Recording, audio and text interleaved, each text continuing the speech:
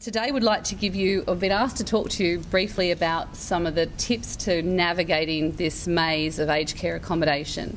So I hope to give you just some simple things that may help you in the future.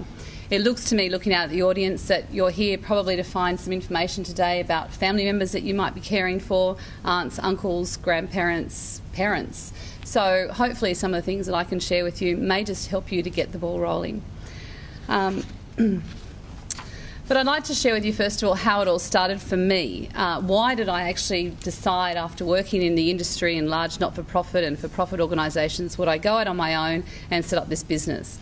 I was actually working as a trainer in 2008, an educator in dementia for aged care, the aged care workforce. And I was packing up my car out the front of an aged care facility in Beecroft in Sydney when a woman came up to me incredibly distressed and said, "What is this place like? Can you tell me, is it okay?" I went, "Well, yeah, it's okay. I was just in there training. The staff were really good. They were interested in what I was telling them." And then she just unloaded. I think that sign nurse above my head was flashing. So I heard everything. Her mother was in hospital. She was recently diagnosed with a dementia. She was told that she couldn't come home, that their family needed to go out now, find somewhere for her to go and live in a nursing home and do it pretty quick because we're ready to discharge her. A fairly familiar story. So she provided me with the list, and I sat there with her and I went through and said, "No, wouldn't go there, don't go there." She had been to some places that she thought were fairly scary. So we got through that list together, rang some of my contacts, made her some appointments, and meanwhile her daughter was sitting in their car breastfeeding a newborn baby. So pretty big strain on the family. And that urgency, you know, when that clinical environment starts saying, "Go do this, you've got to do that," people react, they run, they start looking, and they make decisions under pressure.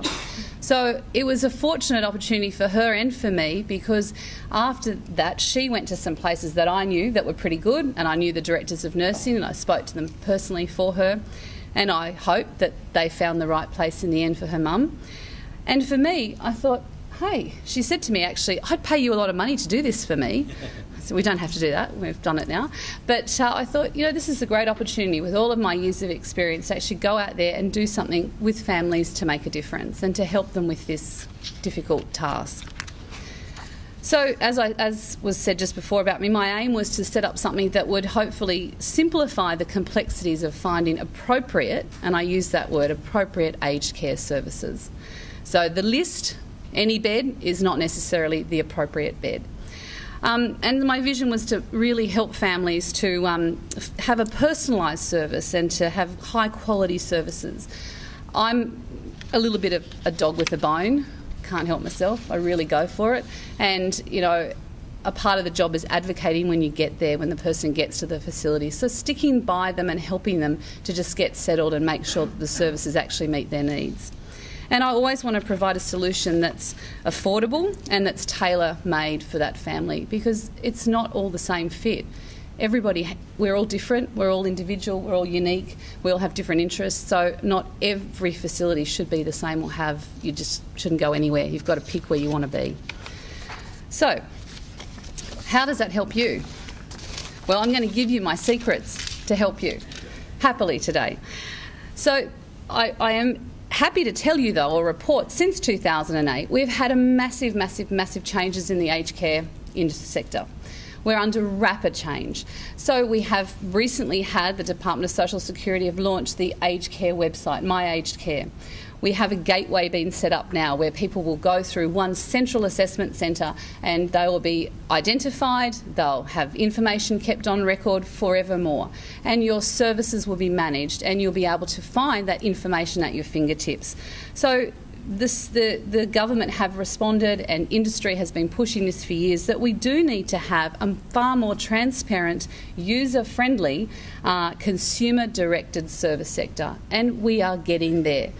So it is actually a little bit easier today than it was a few years ago. And I'm not going to talk too much further about that because other speakers will talk about that later today. I think that the best tip that I could give you, well, I know the best tip is being prepared. So if you're in a situation where you have a family member that is ageing and is still at home, hopefully, and this is an if, maybe never will this service ever be required, But if you're thinking, well, things are getting a bit harder for them, we're not sure about safety and wellness, and maybe the services aren't meeting mum's needs or dad's needs anymore. There's lots of hospital admissions, which is often a key sign that things aren't going well. You might like to get prepared. Being prepared, like anything in life, makes the decisions, and your opportunities are far better. You don't want to just take that bed because someone's got to be discharged from hospital. So here are the easy tips. So the first thing that you need before you even approach a residential aged care facility to have a look is you need to be seen by the aged care assessment team, the ACAT team as we call it in the health world. And some of you may have come in contact already with an ACAT team person. They need to fill in this essential piece of document called an ACCR, or an Aged Care Client Record. And they're the gatekeepers. They're the people that get you through the door. You can't go anywhere without that document. And that document identifies the level of care that you need. So it may be that your home care package client, you might need residential aged care, you might be wanting respite. But you can't go any further with that service until you have that paperwork. I would then say to families or to people looking at this as an option that you really need to seek the services of a senior financial planner. I'm not talking any financial planner, someone that specialises in senior financial management. This is a big business now. There's a lot of money involved in residential aged care. We have, on the My Aged Care website, as of the 1st of July this year, all aged care facilities in the country have had to put on there their fees. So it's open and transparent. So before you even start to go and look, you can actually get online and see, well, is this affordable? But you do need to see someone to help you work that out, because there's a lot of factors that come into play. I'm a nurse. I can't even do my own home budget, so there'd be no point me talking about it. You need a specialist to do that for you. And yeah, you've got to be able to know that you've got the funds to care for you for as long as you're here, or they're here. The next thing is, if you were to go and start looking, once you've got that idea about your level of what you can afford and all that sort of stuff, you then would start to think about maybe having a look at My Aged Care if you like computers and can use the internet, and going through and searching in the regions or the areas that you want to be in. So you may want your family member to be closer to you. So look in your postcode. You can search right down to postcodes on the My Aged Care website. Look at the facilities. In your local community, you'll know the facilities. You'll know what you've heard about them on the grapevine, what you like or don't like. You may have even worked at them or volunteered in those facilities. Go have a look. Make an appointment with the facility manager, director of nursing, or tour guide now, and they'll take you through. But you must go armed with a list of questions. I tell all my clients, write down what are the things that are important to you. So some of the questions, it's here in print, is the food fresh cooked on site? Such an important question. And I ask it, and we always ask it, because a lot of facilities truck it in and heat it up. And yuck. So I think that's food is, as Maggie said, very important. Are pets allowed to come and visit? Some people have to leave their family pet when they move into care, and their daughter or their grandchild's going to look after it. Well, can it come and visit me? Can I go out whenever I want to? A lot of clients say to me, but so what, I can't go anywhere anymore? Of course you can. You can go out the front door, you just have to sign out. But ask those questions. And so they're the sorts of things I want people to think about before they go. And I get everyone to actually write down what they're told. Well, we take notes on tours so that we can go back and compare each of the facilities against each other, because you can't remember. I don't remember. It gets confusing after a while. You get so many different answers. So take that with you and take it away, and then have a really good think. I always say to families when you're developing this list of questions, think about what's important to you in your daily life, or your relative in their daily living. What was their life about? What were the things that they enjoyed to do? What did they work? Were they a home mum? What was it? Were they a volunteer for the Country Women's Association? What was their thing in life? What makes you happy or makes the person happy? And where do they want to live? Where do they want to be at the end of their life? And what sort of social life do they want to have? Some people want to stay connected. It's really important. They can't stay at home anymore because they need that level of care, but they still want to go down to the RSL club and meet their mates and do whatever they like to do on a Saturday afternoon. Well, that should still happen. So how do we make that happen? And they're the questions you want to ask when you first go in there. You want to get it down then and know exactly what's going to happen. Can we get transport? How do we get transport? What does it cost? And then you're going to need a lawyer. You're going to need a really good law firm.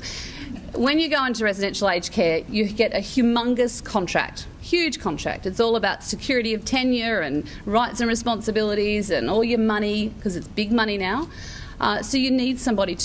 You have to have a legal person read through that, go over it and sign it with you. It's really important. So you may have your own practitioners that you've worked with throughout your life, then, but you need to have somebody. So they're the people you need to appoint.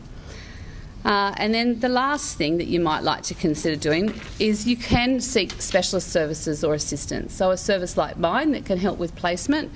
So you can do a lot of this yourself, absolutely. So have I done myself out of a job now that my aged care is here? I don't know. But I think that families might still want...